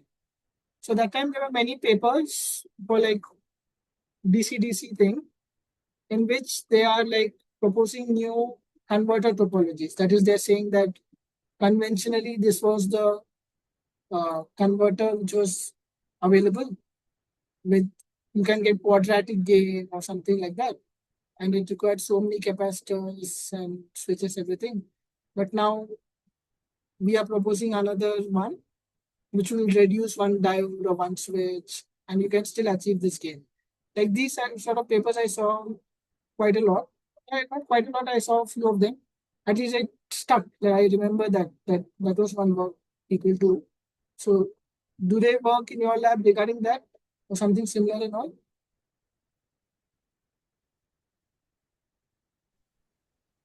Yes, sir. They mainly they are trying to improve the gain. I think high gain DC-DC converters. That is one area. Okay, okay, And some people are working on that control aspect also. okay, okay, okay. Yeah, yeah. This is interesting field. Yeah, that's true. It's not like very But the theoretical. Tell me. yes, yes. But the problem is, I when I also searched the journals, there are a lot of papers in that area, so it will be some novelty is required to publish because Yeah. many topologies people are proposing. Yes. Yes. Yes. Topologies are many and all everything. So my work is not related to proposing new topologies, so I don't have that constraint. My work is more related to control aspects and means a boost derived topology. So those things. So that also there's lots of work done in that, but I'm trying to find something new, and it takes time. Takes lots of time. That is true. Mm. That's there. So experimental setup is very important. Uh, Try to keep it carefully and order things also on time so that there's no delay, everything. Many things are there. And this PCB design and those things, that also I am not an expert. I have to learn that. Yeah, yeah. We have to learn that. Even I know very little. Even I'm learning it actually. So there are online resources, but there's no like exact resource for PCB design, etc. They might be, but I'm not found till now. I'm not searched extensively. But one thing I'd like to recommend is you use reference design. Refer to reference designs. Because what are reference designs is let me show. I have just show. My screen is shared, right? Yes, sir. Yes. Say we go for a reference design of quadratic boost. Okay.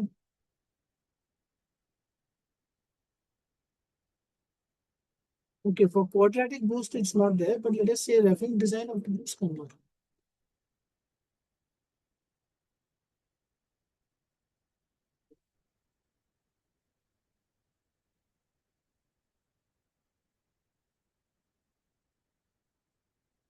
Okay, it's nice. Parvati also is working the same Arun as Arun also, same area. This is since okay. So you have like this. Let us say. So I'd recommend like going through videos like Phil's lab is one good place. It's a good lab where he teaches about PCB design also. Aspects of selecting the components for PCB, those also are good. Secondly, this TI, Texas Instruments, have many, what you say, reference designs where they will say like what heat sink, what capacitor, size of it, what is the input voltage, what are the specifications, output current, switching frequency, what are the requirements you have, right? Then you have, what is this? These are waveform starter, output voltage ripple, hmm, switch node, waveform. What is this? Okay. This is a okay one, not a very good one. I want to have a reference design boost converter. Yeah. There are better ones, okay.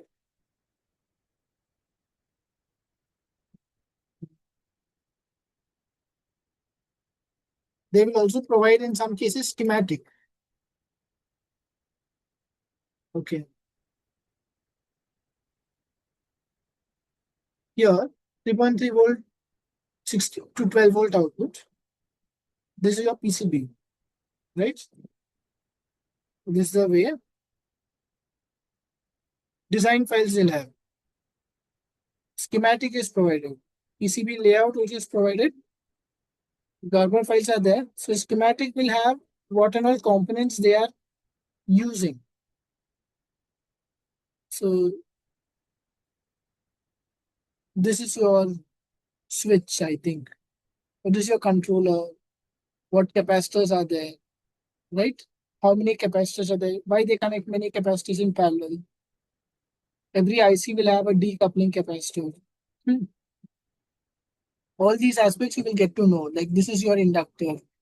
This is your input voltage. This is your switch node. This is your output. All these ICs you can understand. Now, if you will go to these ICs, see, copy it, you will understand what it is. Okay, like this is your actually your integrated boost converter. This is your actual, which has your entire thing. It has your switches. Okay, 6.5 million power switch, 8.5 million rectifier switch. This is the one which has your switches. But there are others which will have this one. Let me check this. 1 minute. Okay. So your inductors are there, capacitors are there, right? You get an idea how to place the components for this. And you can get this schematic where,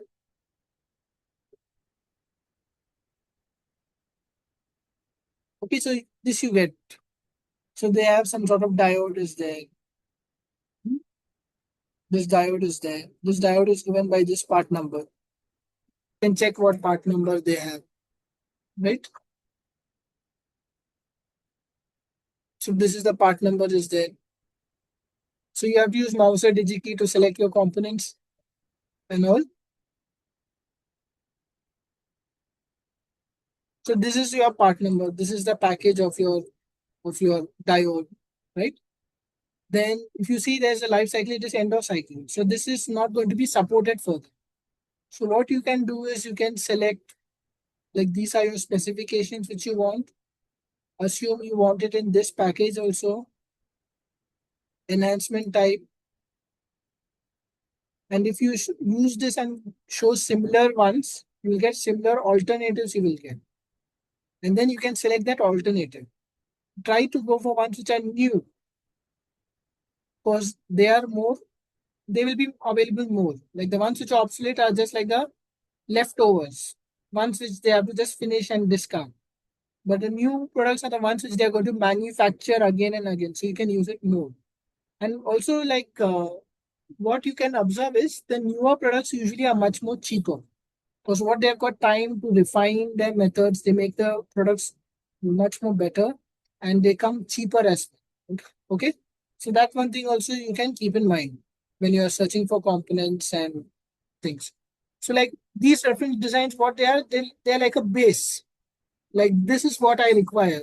They'll give you an idea what you should require, like how you should proceed with your design, like which set of components people have used, people have tested that they do work under these conditions, and how you could also use it under appropriate conditions. Okay. So these things you will get to learn by reference design. So because these things are available and they are very useful. Hmm, like that. They they would not be available directly at for your converter because you guys are working on developing new topologies in most cases. So those topologies will not be readily available, right? If it's already available, then you have not developed anything new, right? But you could try to understand from these reference designs how are they making the PCB, how are they selecting the components, and how is it working. Hmm. Those basic things you can try to understand it that way. Like those are things. It takes time. It takes a lot of time to learn all these things, but yeah, you can start it now itself and proceed with it. Hmm. And you ask your seniors also what softwares they use for PCB design. So you can use that same software which manufacturing house they're sending the PCB for manufacturing for fabrication and all that. So that also you can look into it. Okay. Hmm.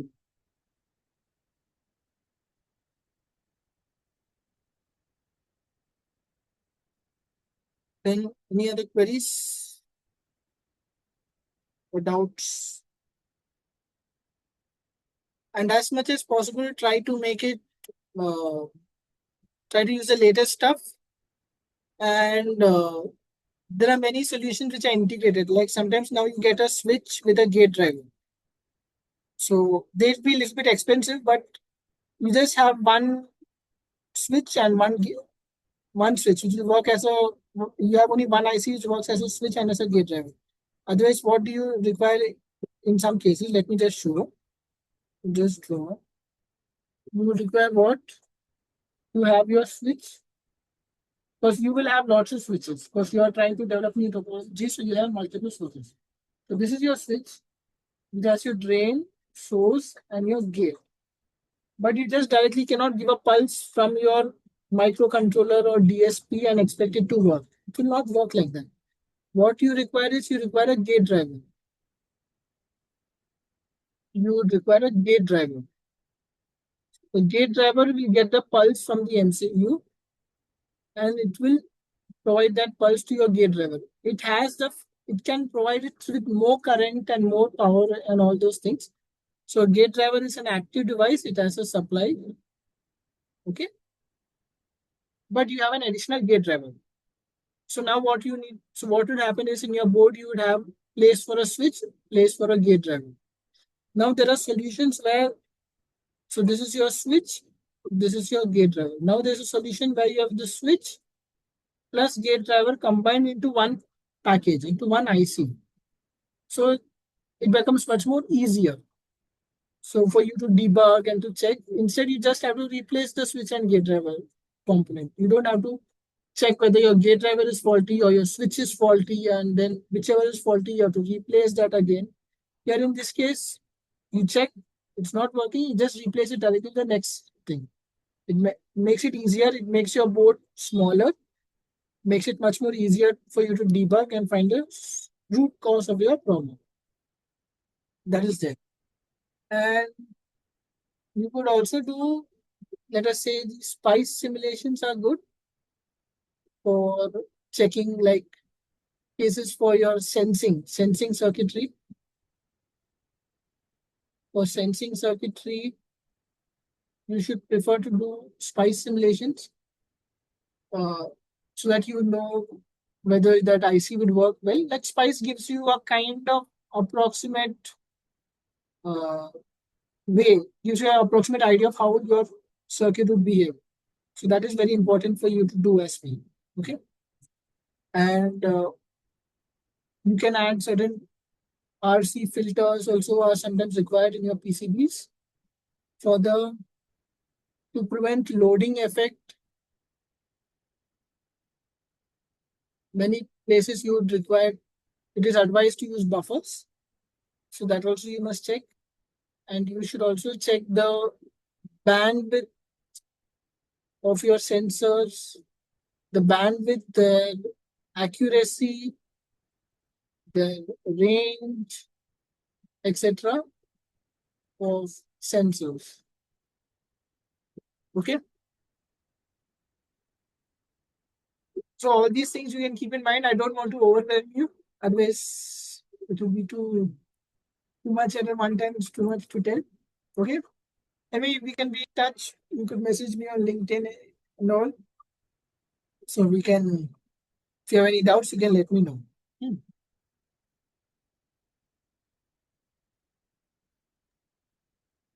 Okay, sir. Okay. Thank you. Okay then. Thank you. Good night. See you tomorrow.